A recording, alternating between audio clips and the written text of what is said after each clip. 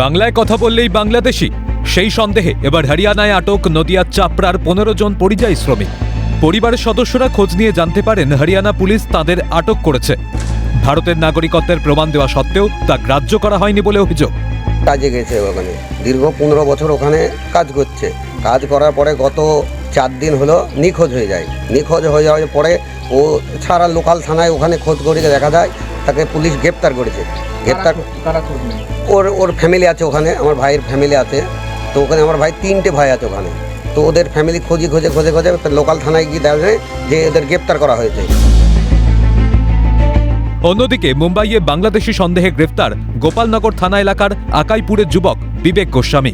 মুম্বাই পুলিশের হাতে স্রেফ বাংলায় কথা বলার জন্য বাংলাদেশি সন্দেহে গ্রেফতার বিবেক। শনিবার আটক যুবকের বাড়িতে যান তৃণমূল সাংসদ মমতা বালা ঠাকুর। বাংলা কথা বললেই তার বাংলাদেশি, সে যেই হোক, এখানে সব ডকুমেন্টস থাকা সত্ত্বেও তারা এভাবে চাইছে যে বাংলাদেশিদের চিহ্নিত করে এবং বিভিন্ন জায়গায় যারা উত্তরপ্রদেশে যেটা আছে তাদের বলছে মায়ানমার।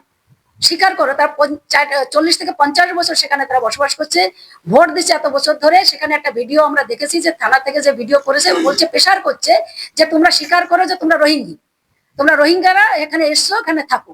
মানে এইভাবে বাঙালিদের একটার পর একটা প্রসার করছে যাতে এই বাঙালিদের আবার এখান থেকে পুশব্যাক করে তাদের অধিকার থেকে বঞ্চিত করে।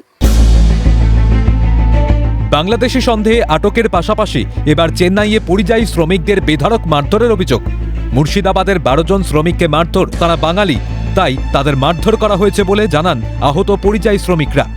ঘটনায় ক্ষোভ উগরে দিয়েছেন কংগ্রেস নেতা অধীর রঞ্জন চৌধুরী। সারা ভারতবর্ষে যেখানেই হোক বাঙালির উপর অত্যাচার সারা ভারতবর্ষে কোথাও হোক আমরা মানব না। সে বিজেপি অবিজেপি, পশ্চিমবঙ্গ, কেন পশ্চিমবঙ্গে বাঙালির উপর অত্যাচার হচ্ছে না? শিক্ষক শিক্ষিকারা কি বাঙালি নয়? বলুন, আরজিকর কাণ্ডের সেই ছাত্রীটা কি বাঙালি ছিল না? কসবা কলেজের ছাত্রীটা কি বাঙালি নয়? এসবের পাশাপাশি বাংলাদেশি সন্দেহে দিল্লি পুলিশের হাতে আটক হয় বীরভূমের 2 পরিবার। তারই মধ্যে এক মহিলা 8 মাসের অন্তঃসত্ত্বা। অভিযোগ, সমস্ত নথিপত্র কেড়ে নিয়ে তাদের পাঠিয়ে দেওয়া হয়েছে বাংলাদেশে। বাংলাদেশ থেকে ভিডিও করে দেশে ফেরানোর জন্য বাংলার মুখ্যমন্ত্রীকে আর্জি জানিয়েছেন তারা। পরবর্তীতে সেই ভিডিও এক্স পোস্ট করে প্রধানমন্ত্রীকে আক্রমণ করেছেন তৃণমূল সাংসদ সামিরুল ইসলাম।